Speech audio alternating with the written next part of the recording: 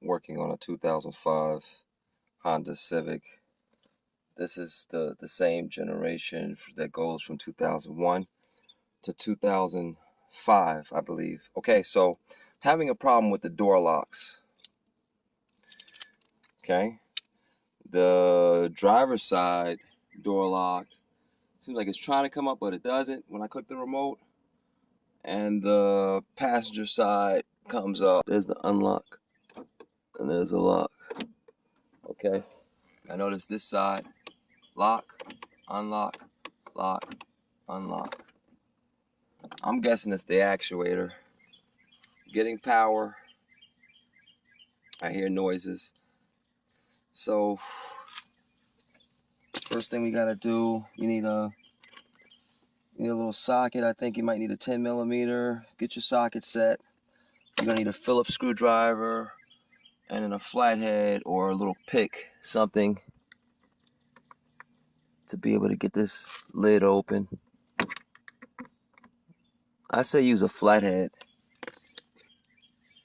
a small flathead. There you go.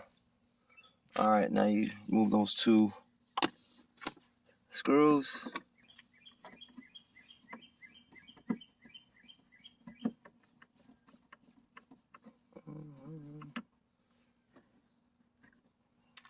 All right, so I'll remove these two, and then I'm gonna remove the screw. Springtime's in the air. Then I'm gonna remove the one under there. All right, got those two screws out.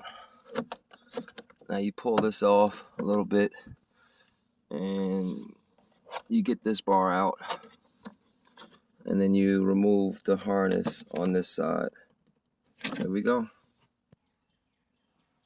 There we go. Got the little bar out. It was stuck down in this little thing, and moved the adapter. Got the screw out. Gotta take this off at some point. Just use a screwdriver. Use a flathead and just pop it off. Don't break anything. Just carefully pop it out. Came right off. Remove this part so you can disconnect the harness for the power windows as well. This pops up right here. And then you see the clips. And then release this harness with this tab right there. Then remove these two Phillips screws right here. This one and this one. Those two. This is the support from all the pulling support from when you open and close the door. These two Phillips. Now I gotta get access over here to get access to where the actuator is. So rip off some of this plastic. Rip this down. There it is. That's what I gotta. I don't know if this phone is gonna focus for me, but it's down in the lower area. So you just rip this down. See that? It's just some glue. And the good thing is that you'll be able to get something and just glue it right back up once you're done. Okay? So this is the area down here that we need to access. Remove these 3 screws here. Make sure you use the proper size Phillips bit screwdriver, or else you'll strip the bolts. Then you're gonna remove the screw here and the screw here, because this has to come out and through that hole, and it's gonna come back this way. Then you gotta remove, then you're gonna pull it out and remove this bar, that clip, and then there's another clip to one more bar, and then it should come out.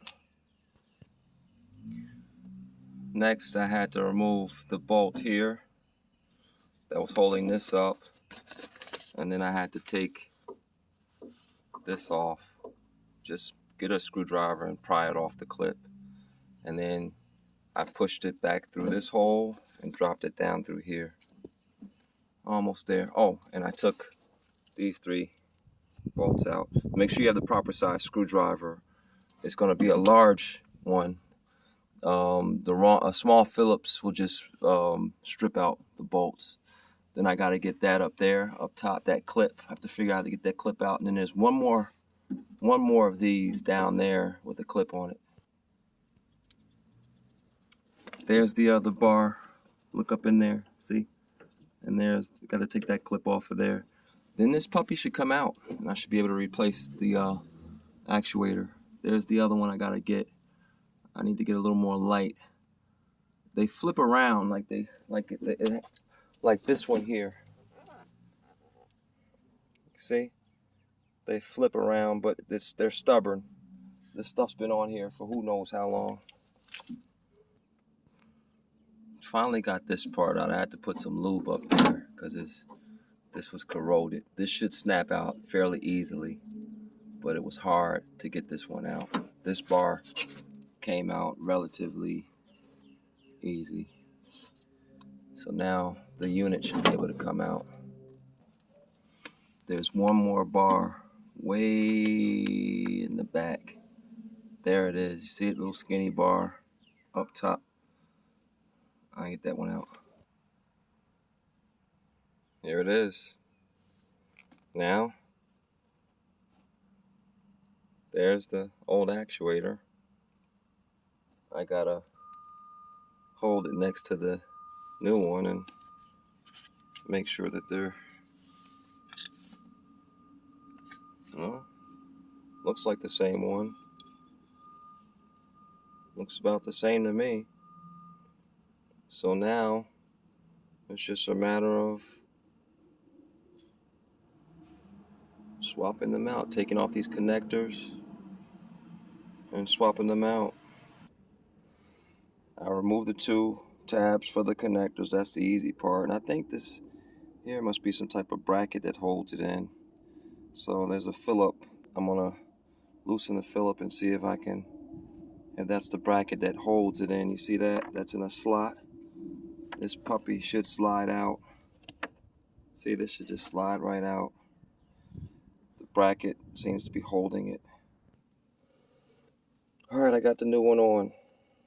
So you take the Phillip screwdriver out. There are 2 tabs up top. You got to take it from over there. And then there are 2 tabs for the actuator.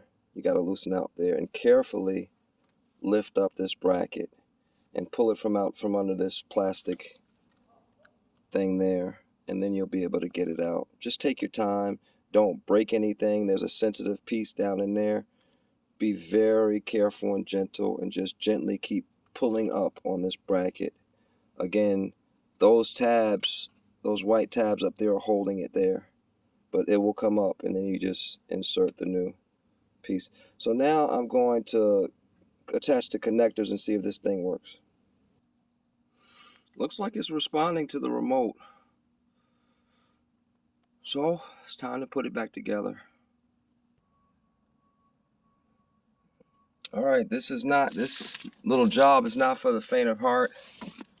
If you're not mechanically inclined, I'd probably get someone to just do this, someone who is, a friend, a family member, someone who is, because it's not easy.